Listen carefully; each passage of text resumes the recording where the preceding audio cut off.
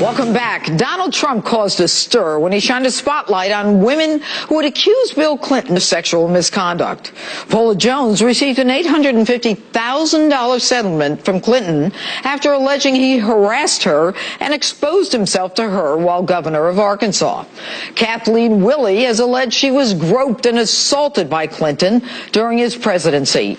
And Juanita Broderick alleges that Bill Clinton raped her in 1978 while serving as Arkansas Attorney General.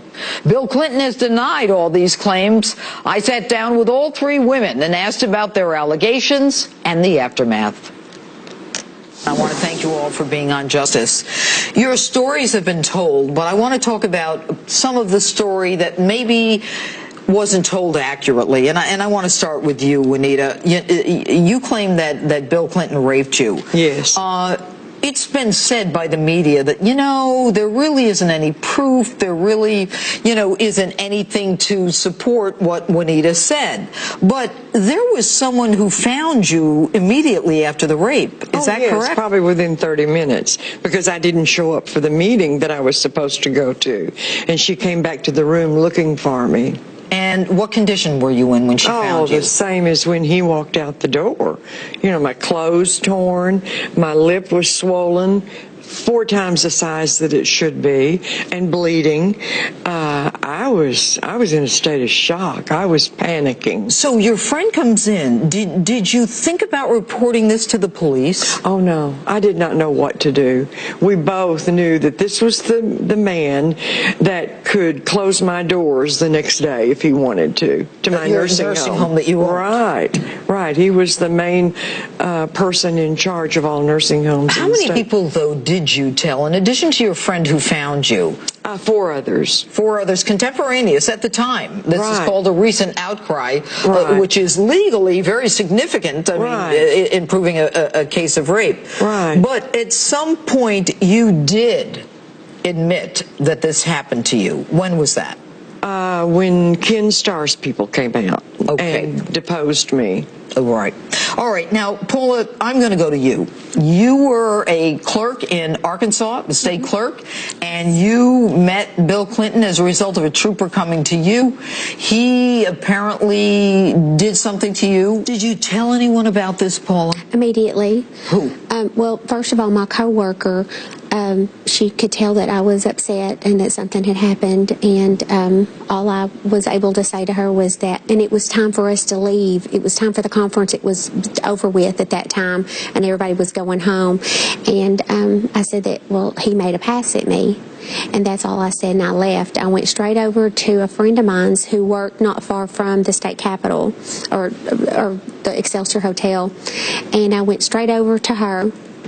And they could tell that I was upset when I come in and asked for my friend, and she come down and got me, and she took me to a back room, and I told her what had happened, and I told her the story, and so she knew immediately within 30 minutes of what happened. Did you ever think to report this? No, I was terrified. Why? We're talking about the governor of the state of Arkansas. The state police took me up there. Who did I have to? I could tell.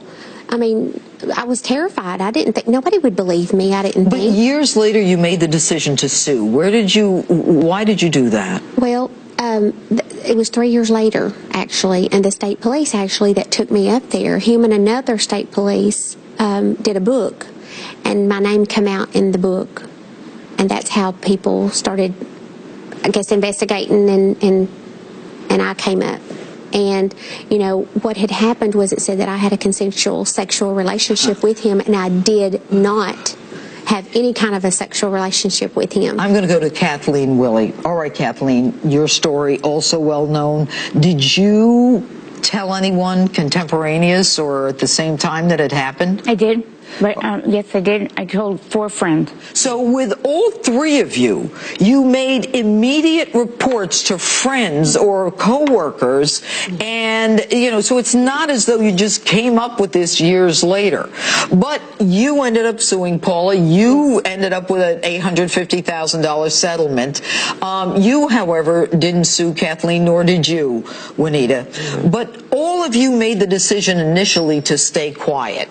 And you all say the same thing. I mean, the guy was the attorney general who could shut down your nursing home. He was the governor. He was the president. He was someone who could significantly impact your lives. Now, given the reluctance to do that then, given the possibility of Bill Clinton being back in the White House and Hillary Clinton being the president, how do you see a Clinton presidency playing out again in the White House? I'll start with you, Kathleen.